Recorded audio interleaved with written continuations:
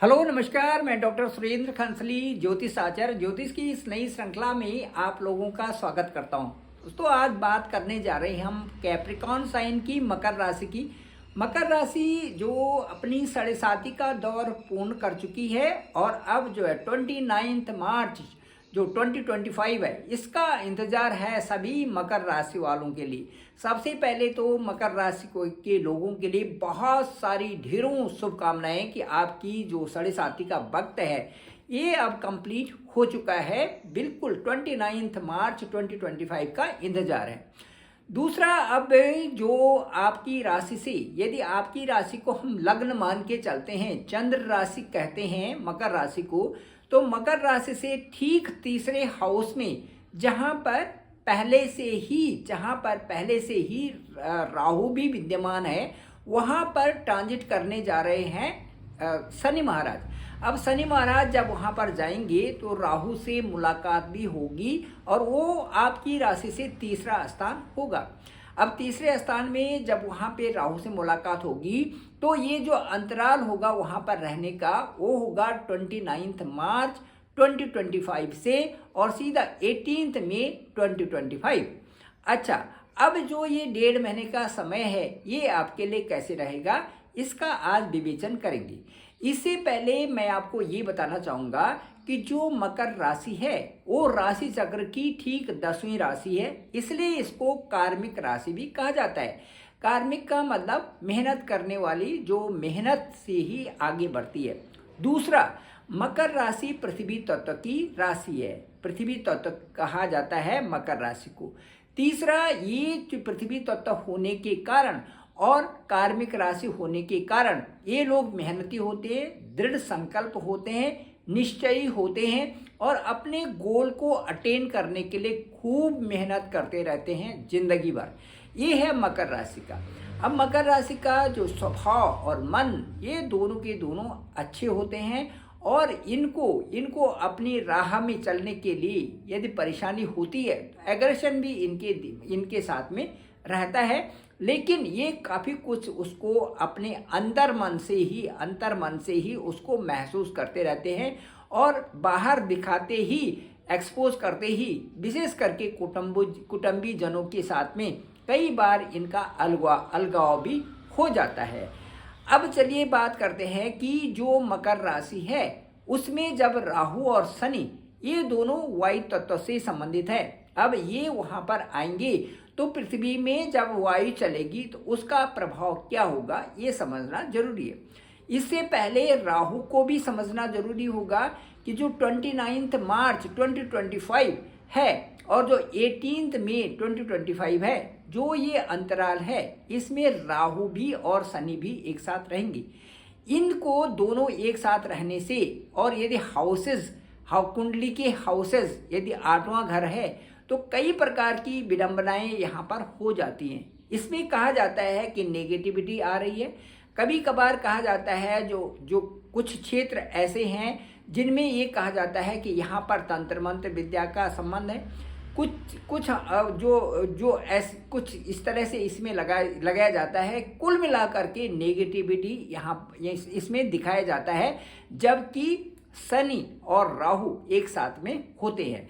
अब ये डिपेंड ये करता है कि आपकी कुंडली में या आपके होरोस्कोप में इस समय आपकी दशा और अंतर्दशा क्या कह रही है, उन पर भी काफ़ी कुछ निर्भर करता है। दूसरा, इसके साथ साथ में किस हाउस की दशा है, इसको भी काफ़ी कुछ इस पर निर्भर करता है। तीसरा, ये भी निर्भर करता है कि जन्म के समय में आपको कौन सी दशा मिली थी और क्या वही दशा इस समय तो नहीं चल रही है, इस पर भी काफ़ी कुछ डिपेंड करता है।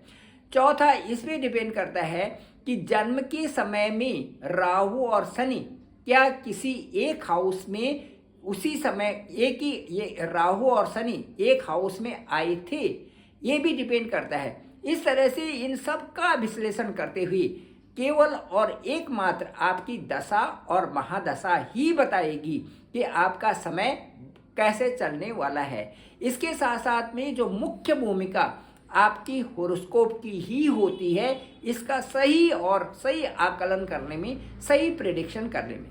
फिर भी अभी मन के हिसाब से, आपकी चंद्र कुंडली के हिसाब से, आपका चंद्र लग्न के हिसाब से इस समय राहु और शनि ठीक तीसरे हाउस में रहेंगे 29 मार्च 2025 टू 18 मई 2025 तक।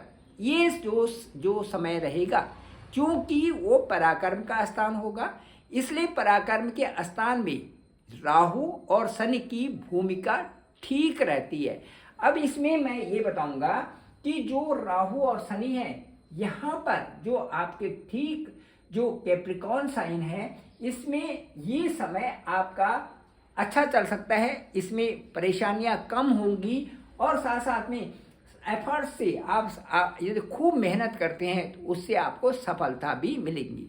इसके साथ साथ में मैं कहना चाहूँगा, इच्छाओं की पूर्ति भी होगी, धार्मिक यात्राएं आपकी संभव हो सकती है और धन व संतान संबंधी थोड़ी चिंता हो सकती है, क्योंकि वहाँ से एक तो संतान के भाव को, दूसरा वहाँ से जो आपके सप्तम हाउस को, और वहाँ से भाग्य स्थान भी वहाँ से प्रभावित होंगे। जो हम राहु की दृष्टि वहाँ से देखते हैं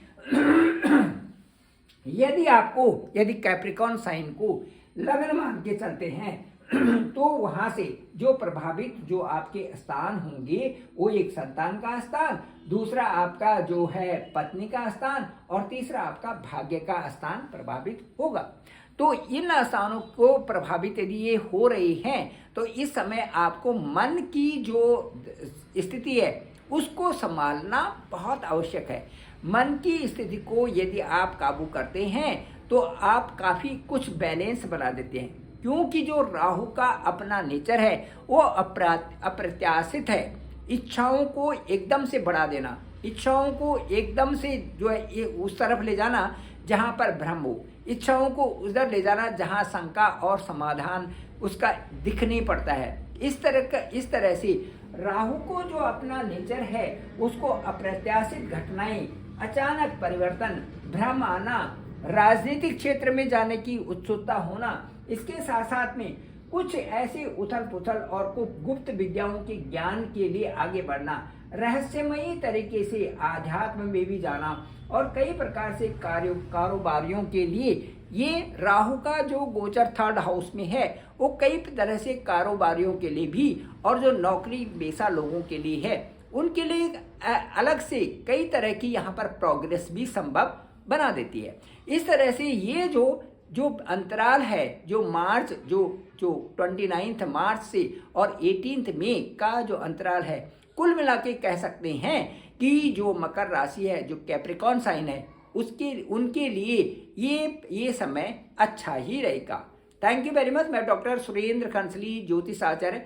डिस्क्रिप्शन में मेरा नंबर है 9868280191। आप डायरेक्ट मुझे कॉल कर सकते हैं, मैं आपकी कॉल पिक करूंगा।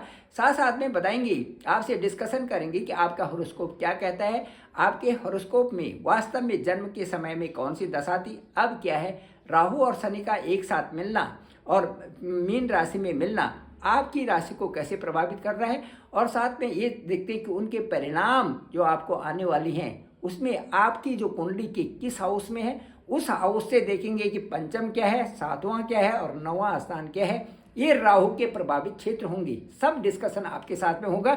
मुझे लगता है कि जो मेरा अनुभव है मैं आपके साथ में शेयर करूंगा, वो आपको अच्छा भी लगेगा। Thank you very much. आप सभी लोगों का आभार, आप सभी लोगों का धन्यवाद।